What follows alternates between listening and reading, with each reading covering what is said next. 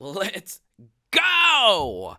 The hires have been made. Welcome back to Baton Rouge, DJ Mangas and Jake Peetz, your new offensive coordinator. But you guys know that already. You come to this channel for real perspective. Is this actually a good thing? So obviously, comment below your thoughts on this groundbreaking news, which was first reported by my friends at Are You Serious Sports. Multiple sources have advised that barring unforeseen events, Jake Peetz has accepted the job alongside DJ Mangas.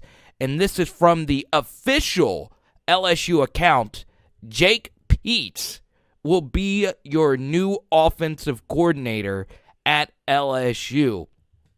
Only 37 years of age, and as you can tell, LSU 10 years of NFL experience, running backs, quarterbacks coach at Carolina. And as you could tell, they don't include where he was an analyst in college football. We will get to that in just a second because I do find that to be pretty interesting. And here you go, yours truly with the tweet here, breaking down what the offensive staff is going to look like. Jake Peetz will be your offensive coordinator along with, obviously, DJ Mangas as your passing game coordinator. But what's interesting here is I would figure Jake Peetz will be the quarterback's coach and DJ Mangas will take on the exact same role Joe Brady had.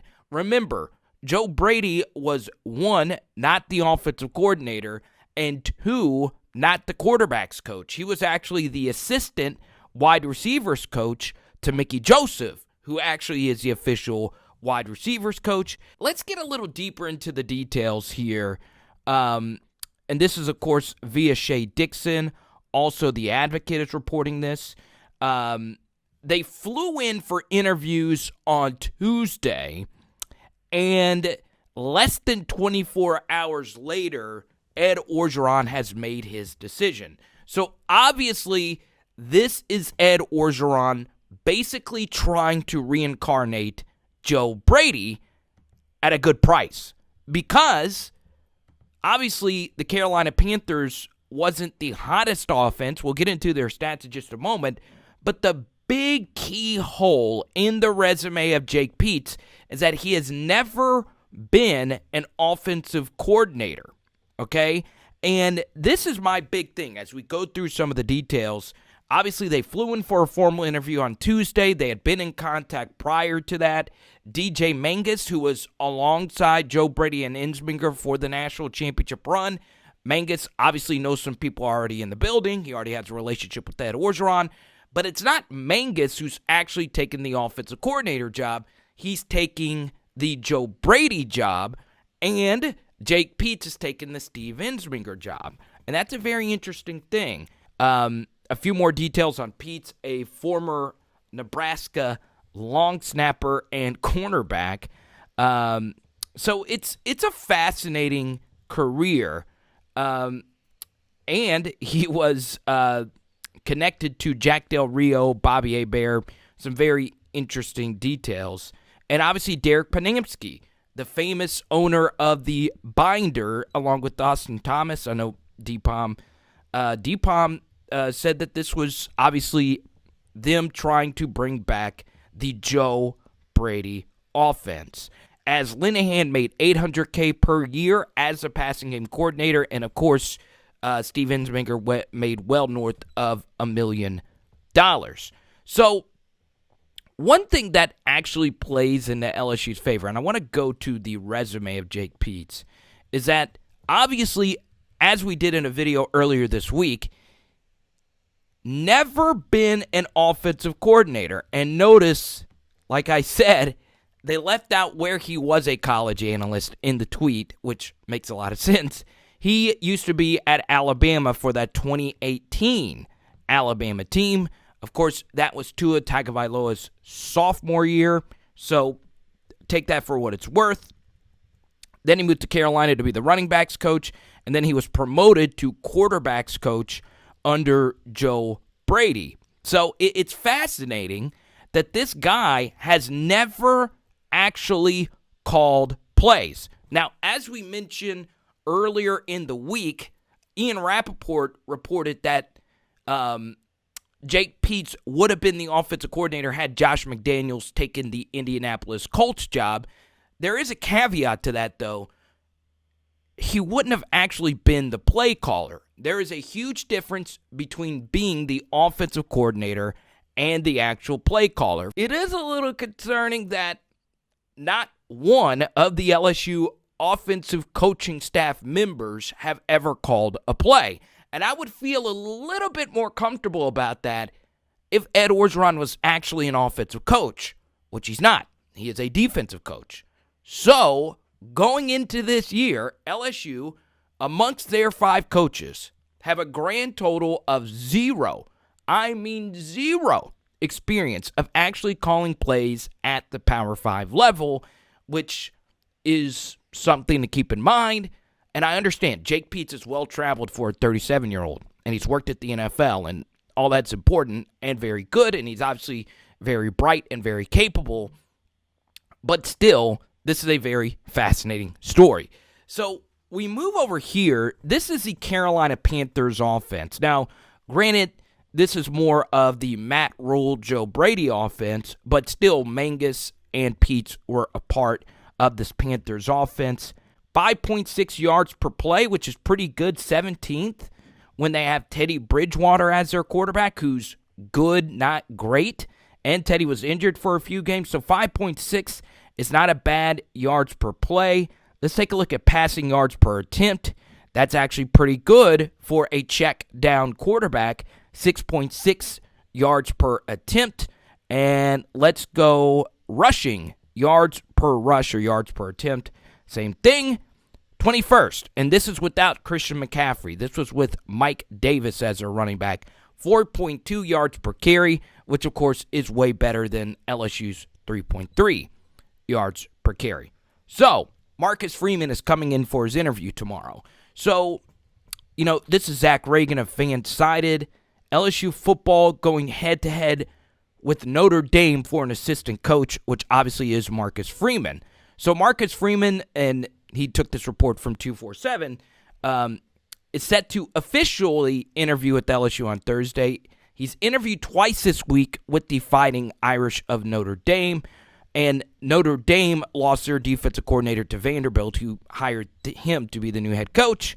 So, as you can see here, it's going to be a bidding war between Notre Dame, LSU, potentially Auburn, and Texas. So this is kind of a weird situation for LSU because, well, Freeman has a lot of leverage because, he can go pretty much anywhere he wants to go.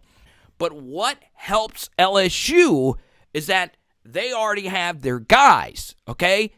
Their guys are probably going to be in on the interview with Marcus Freeman, and the biggest thing about Marcus Freeman that I like, and the reason why I think Marcus Freeman and Barry Odom were the 2 favorites to be the defensive coordinator for LSU, is that they do one thing well. Both of them are really good at coaching defense when their offense plays at a high pace. Let's talk about the negatives. The Falcons are interviewing Panthers offensive coordinator Joe Brady for their vacant head coaching job today. Source said he had the Texans interview yesterday, and I believe Benjamin Albright reported that Joe Brady nailed his interview with the Texans. So this is what fascinates me, okay? There are situations where coaches bolt even when it's announced that they are going to go somewhere. You can always rip up and buy out a contract. What if Joe Brady gets a head coaching job and says, look, Jake, DJ, I want you to come along with me? Do you know how hard it is to get an NFL offensive coordinator job? It's extremely hard. And Mangas and Peetz are both in the National Football League. Now, LSU, as far as college ranks are concerned, is basically as close as you can get to getting an NFL coaching job, and you do get paid the same way you would get paid for an NFL offensive coordinator job. But the difference is that there's only 32 of these jobs in the NFL to be an offensive coordinator. So, don't count out the possibility that Joe Brady says that he wants those guys to come along with them and actually gets the job done. One more. Will LSU use their leverage because Jake Peetz and DJ Mangas, even if they were to go along with Joe Brady to their next NFL coaching job, they would not have play calling responsibility. That's why I think Jake and DJ will not go with Brady to the NFL in this scenario, simply because Jake Peetz has all the power. Ed Orgeron, it's not going to get involved with Jake Peetz's offensive play calling, because that would be a disaster, and even Orgeron knows that. So, Jake Peetz in his own way is like an offensive head coach, because when you're the offensive coordinator at a program like LSU with the defensive coach, that's as powerful of an offensive coordinator job as you're going to have. What about Russ Callaway? You know, this guy is loved in the LSU building. What's going to happen to him? So I bring back up the offensive coaching staff here, and King Ulysses even brings this up. But another viewer, my dude Andrew Christopher Stan account, I actually know his real name. I'm not going to share it. But I've heard a rumor that he'll be the tight ends coach, which is a very real possibility. That position is, of course, open. And, you know, it's funny, Steve Ensminger for a long time at LSU was actually the tight ends coach under Les Miles.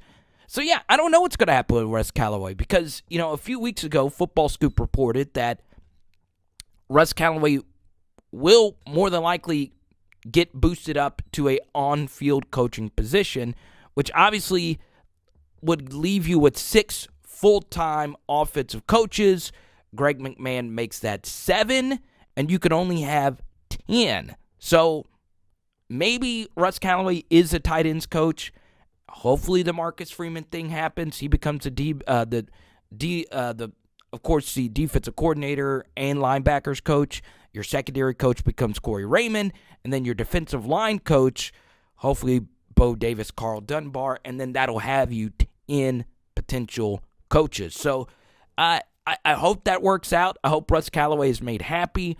What's very interesting, though, is that Russ Callaway has great relationships with the LSU quarterbacks themselves, most notably his relationship with Max Johnson, and then, of course, his relationship with Miles Brennan. It was Russ Callaway who did a lot of work with Miles Brennan early in the year when he was initially hired, when he initially struggled versus Mississippi State. So, you know, Russ Callaway is well liked in the building, and I could easily see him becoming the tight ends coach or getting some type of on-field role. I would like to keep him on the staff because he did have a positive impact on LSU. One more thing. I know college football is an offensive sport, but, you know, it was the defense where LSU struggled the most. So I don't mind paying your new OCs less than what you would have to pay to get a Marcus Freeman to Baton Rouge. One quick breaking news story here from Shea Dixon. I know we're tired of hearing about Eric Gilbert, but his high school teammate BJ Ojulari is locked in and staying with LSU, as he should. And maybe this helps LSU out in getting Eric Gilbert back, even though that, as we talked about on the live stream last night, this entire ordeal has been a major headache for all of us. Yeah, I would really hope BJ Ojulari comes back. And I know LSU has a loaded defensive line room coming back. Ali Gay and Andre Anthony at defensive ends already coming back. And then you got a great class with Landon Jackson, Xavier Carter, who's also from Marietta High School as well. I mean, you got a great group. Bryce Langston's coming in. I think he's going to be great. Savion Jones. But BJ Ojulari is a real deal pass rusher. And I did a full film study on him earlier this year and what he's able to do as he bends around the edge. So, huge pickup here for LSU, getting BJ Ojulari back in Baton Rouge. Let's go. The hires are being made. Of course, comment below your thoughts on everything. It's Power Hour. LSU. Boom. Ba, ba, ba. Oh, yeah. 3,000 subscriber. You're getting a Daniil Hunter rookie. Let's go. Road to 3K. Hot pocket time. Let's go.